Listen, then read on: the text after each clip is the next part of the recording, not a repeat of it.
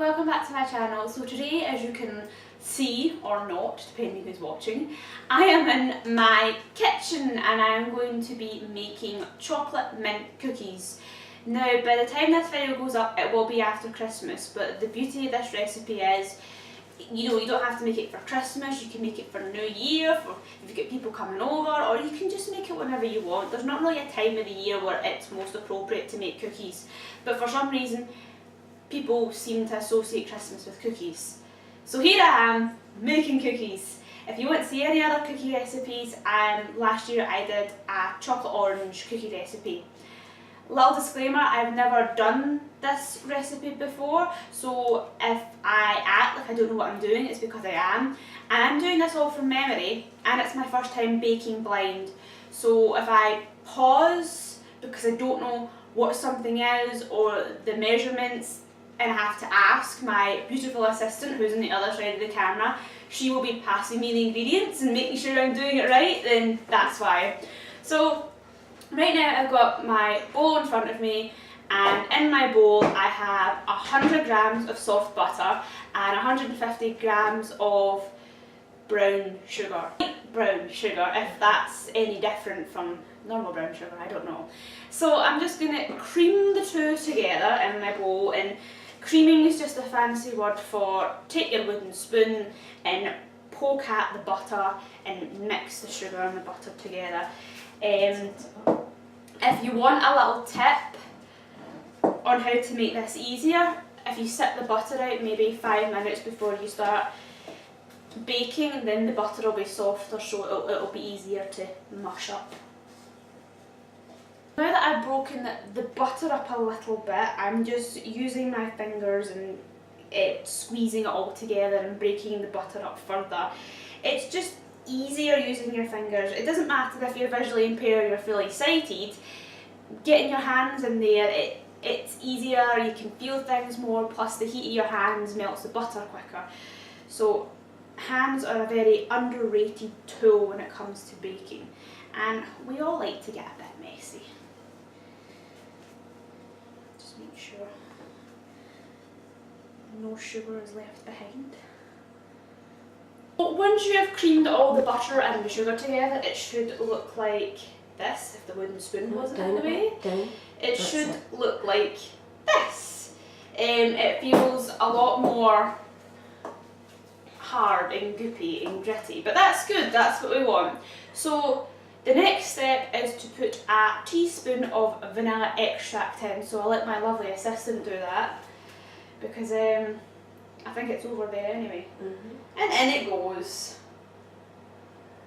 And should we mix that all together then? Or should we just leave it sitting there? No, you need to add the egg now. Ah, I forgot. See, there you go. Now we're going to be adding an egg, which is my favourite part. So, my beautiful assistant handed me an egg. I will crack it on the side of the bowl. I will stick my fingers in and I will go pop, and in it goes. And we make sure we've got no shell in the mixture. No shell in the mixture? None. None. And I will go and wash my hands out, because it's very important when you're dealing with eggs. Salmonella, wash your hands after you touch a raw egg. We have the extract and the egg in. We are going to do Michael Jackson and beat it. Oh, it doesn't sound nice. It's very goopy. Hopefully the egg will make the mixture a little less hard.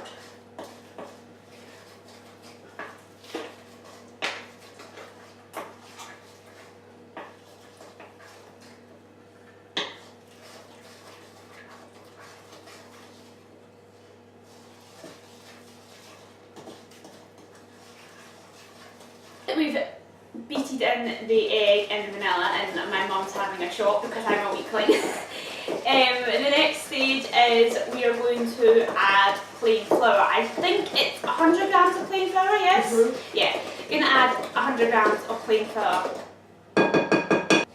So I have my sieve over my bowl, and then I'm just going to pop my flour into my sieve carefully, making sure I get all the flour in and nothing gets lost, because 5 grams can make all the difference between good cookies and bad cookies. Putting the flour into the bowl. To get all the lumpy lumps out. The next step, which is one of my faves, is adding the cocoa powder, which gives the cookies that chocolatey goodness. And it is 35 grams of cocoa powder. And I wasn't corrected, so I must be right. So I can smell it. I think it's in this bowl beside me, and is it no? It is. And we don't need to sieve that because. Alright. Would you think we should sieve it? If you want. I wasn't going. I was just going to Just dump put it it in. because it's not flour. It doesn't have lumps in it, so I'm just going to dump it straight in and not sieve it. There we go. So now that we have our flour and our cocoa powder, we are going to mix it all together. One more ingredient. Oh, no we're not. We have to add one more ingredient. I have a teaspoonful of baking powder. Okay. And before we mix it up, as my mum just added, half a teaspoon of baking powder. True. Now we can mix it up. Where's my Spoons in your spoon? bowl. Oh, here it is. There we go. And we'll just mix it all up. The cocoa powder does smell delightful. It's beginning to smell a lot like Christmas. Everywhere you go.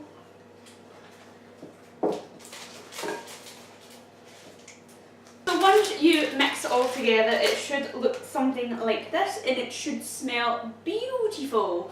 So now we're going to add the fun stuff. We're going to add in the chocolate chips. Now we have a little bag. Are we adding in the whole bag? Yes. We're going for it. We're putting in the whole bag. Let's do this.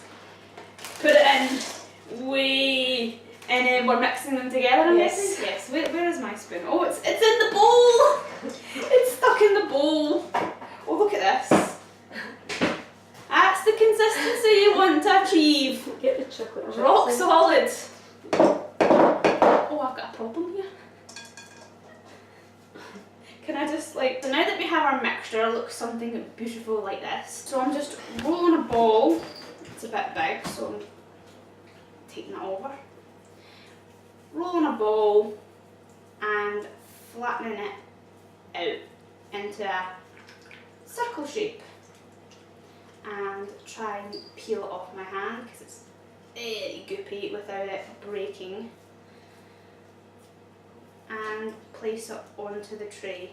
I have a tray beside me that's already got greaseproof paper on it, so hopefully it should stick okay.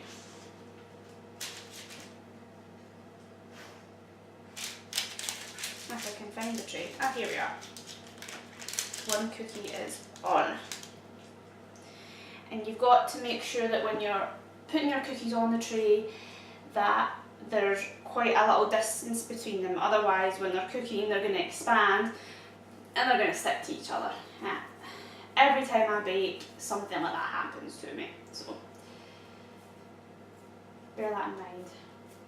So here are all the cookies out on the tray in the oven. We've just preheated the oven at 180 and they'll go on for about 12 minutes. So this is what they look like before they go in.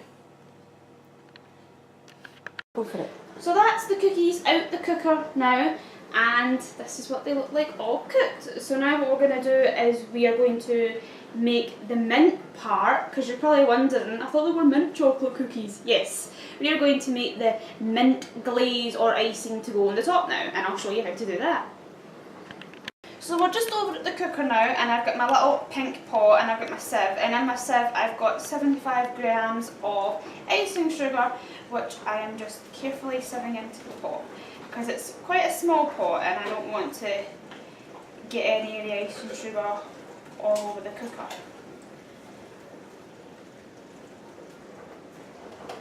So now we have 1 tablespoon of cocoa powder in my sieve, and I am just sieving it in.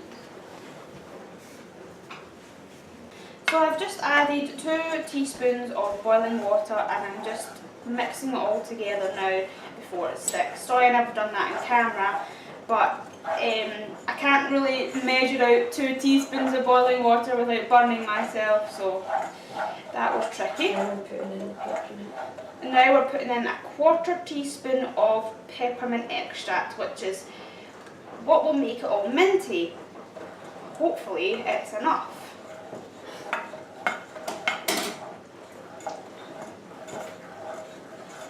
Oh, well, it smells very minty.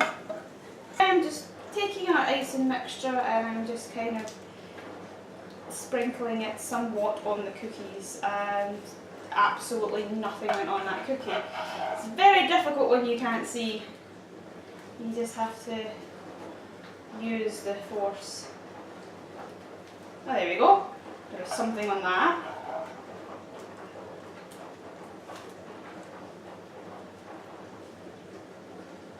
Oh yeah, there was something on that.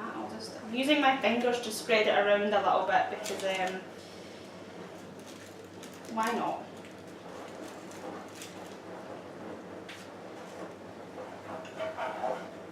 So that's me put all of my mint icing sugar and all of my cookies. I'm gonna taste it and see what it's like.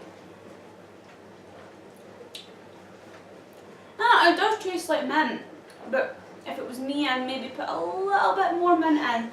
Bearing in mind I'm actually eating a mint right now, so yeah, it is minty. It's nice. Thumbs up for me. So that is this little mint cookie tutorial. I hope you guys enjoyed it, and I hope you make your own. If you do, please let me see them on my social media. I leave all my social media things down below, and I hope you guys had a nice Christmas, and I hope you guys have a nice New Year. So I'll talk to you guys later. Bye!